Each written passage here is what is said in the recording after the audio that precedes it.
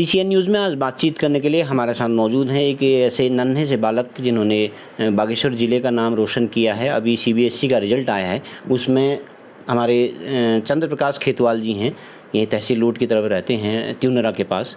उन्होंने बागेश्वर ज़िले में 97.8% अंक हासिल कर बागेश्वर ज़िला टॉप किया है।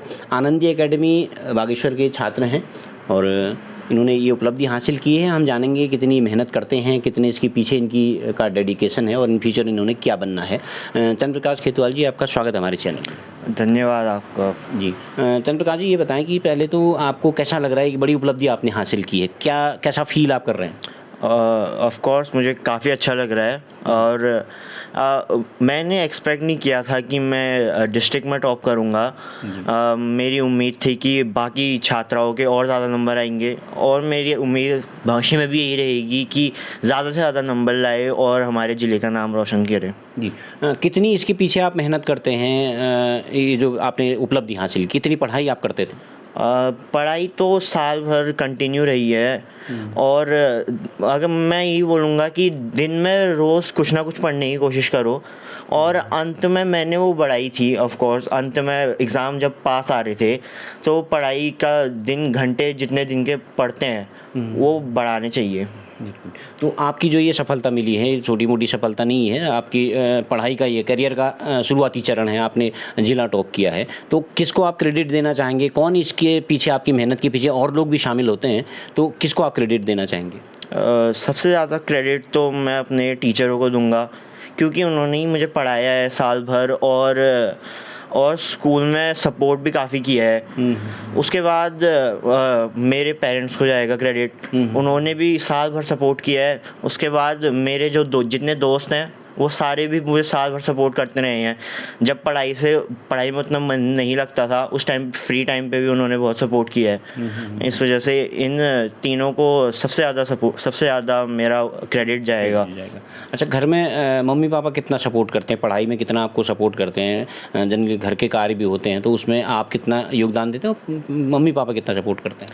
घर के काम में मदद करने में अगर कहेंगे तो मैं ज़रूर जब मेरा अगर टाइम होगा तो मैं वो करूँगा, लेकिन उन्होंने कभी ऐसे पढ़ाई के ऊपर वो फोर्स करने को नहीं किया। उन्होंने यही कहा है कि मेन फोकस तो पढ़ाई पे ही रहेगा, वरना और सपोर्ट उनका साल भर रहा था और मैं काफ़ी आभारी हूँ उस चीज़ का। जी। अच्छा, इन फ्यूचर आपको क्या बनना है, किस दिशा में आप जानना चाहते हैं? क्योंकि एक आपने जिला टॉप किया है तो थोड़ा सा एक बनता है कि आपको क्या बनना है इन फ्यूचर में?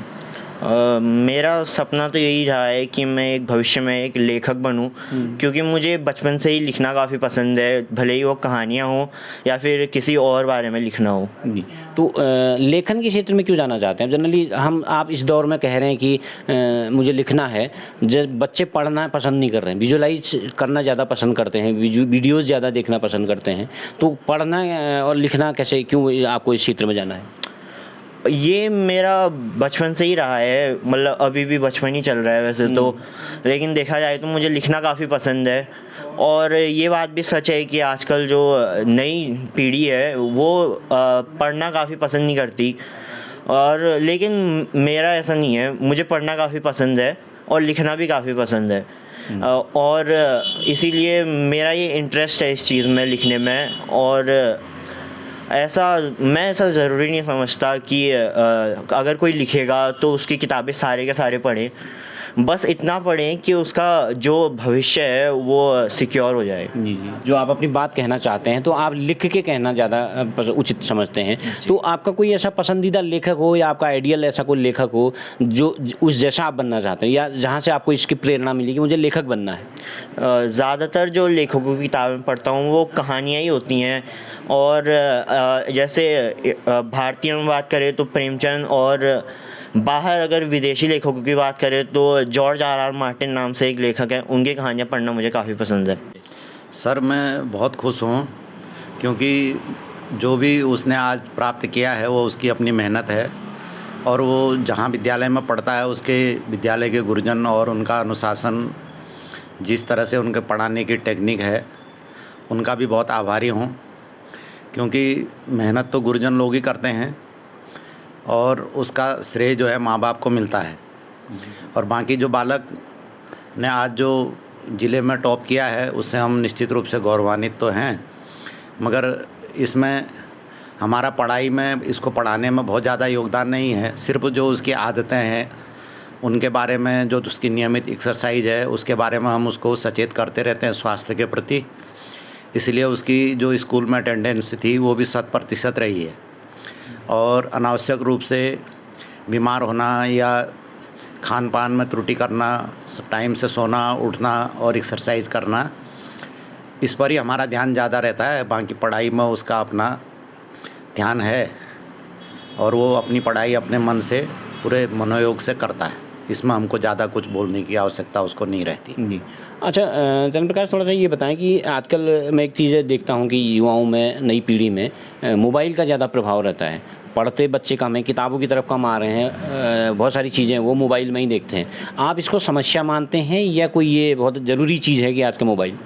अगर कोई मोबाइल में बहुत ज़्यादा लगेगा तो ये बिल्कुल समस्या ही होगी, क्योंकि किसी भी चीज़ में ज़्यादा लगना समस्या ही होगा। किसी चीज़ का ज़्यादा लत लगना अच्छी बात हो ही नहीं सकती।